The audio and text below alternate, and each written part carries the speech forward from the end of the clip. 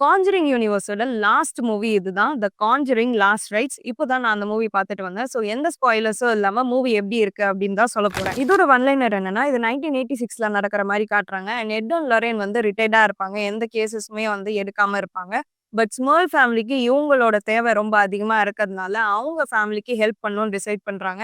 So அதுக்கப்புறம் என்னாச்சு அப்படின்றது தான் இந்த மூவி. இந்த மூவி தான் காஞ்சரிங் யூனிவர்ஸோட லாஸ்ட் மூவின்றதுனால, எட் அண்ட் லொரேனோட லாஸ்ட் கேஸும் இந்த மூவி தான். அதுக்கப்புறம் அவங்க எந்த கேஸஸும் ஃபர்தரா இன்வெஸ்டிகேட் பண்ணல. இந்த மூவிய ஃபுல்லா ட்ரூ இன்சிடென்ட்ஸ் பேஸ் பண்ணி எடுத்திருக்காங்க. அந்த ஸ்டோரிய கனெக்ட் பண்ண விதமா இருக்கட்டும், லைட்டிங்கா இருக்கட்டும், அண்ட் சில இடத்துல ஜம்ப் ஸ்கேர்ஸ்லாம் சூப்பரா வொர்க் அவுட் ஆயிருந்தது. அண்ட் எல்லா காஞ்சரிங் மூவிஸ்ல வர மாரி அதே சேம் பேட்டர்ன தான் இவங்க ஃபாலோ பண்ணியிருக்காங்க. எனக்கு பர்சனலா இன்னும் கொஞ்சம் நெறைய ஜம்ப் ஸ்கேர்ஸ் இருந்திருக்கலாம் அப்படின்னு சொல்லிட்டு ஃபீல் ஆச்சு. ஒரு பிக் பேங்ல முடிப்பாங்க அப்படின்னு சொல்லிட்டு நான் எக்ஸ்பெக்ட் பண்ணிட்டு இருந்தேன். பட் இது ஒரு ரியல் ஸ்டோரின்றதுனால இவங்க வந்து கொஞ்சம் ஹாப்பி எண்டிங் அப்புறம் நார்மலைஸ்டா வந்து முடிச்சிருக்காங்க. ஸோ ஓவரால் இந்த மூவி நல்லதா இருக்கு. கண்டிப்பா ஒன் டைம் வாட்ச் பண்ணலாம். நீங்க காஞ்சரிங் யூனிவர்ஸ் ஃபேன்ஸா இருந்தீங்கன்னா, காஞ்சரிங்கோட லாஸ்ட் பார்ட்ட எப்படி முடிச்சிருக்காங்க, ஃபைனலா என்ன நடக்குதுன்னு தெரிஞ்சுக்கணும்னா இந்த மூவி வந்து நீங்க தாராளமா பார்க்கலாம். ஸோ ஃப்ரீயா இருந்தீங்கன்னா இந்த வீக்கெண்ட் இந்த மூவிய ட்ரை பண்ணுங்க. எப்படி இருந்ததுன்னு கமெண்ட்ல சொல்லுங்க. இந்த வீடியோ உங்க ஃப்ரெண்ட்ஸ் எல்லாருக்கும் ஷேர் பண்ணுங்க. அண்ட் இந்த மாரி வீடியோஸ்க்காக என்ன ஃபாலோ பண்ணுங்க.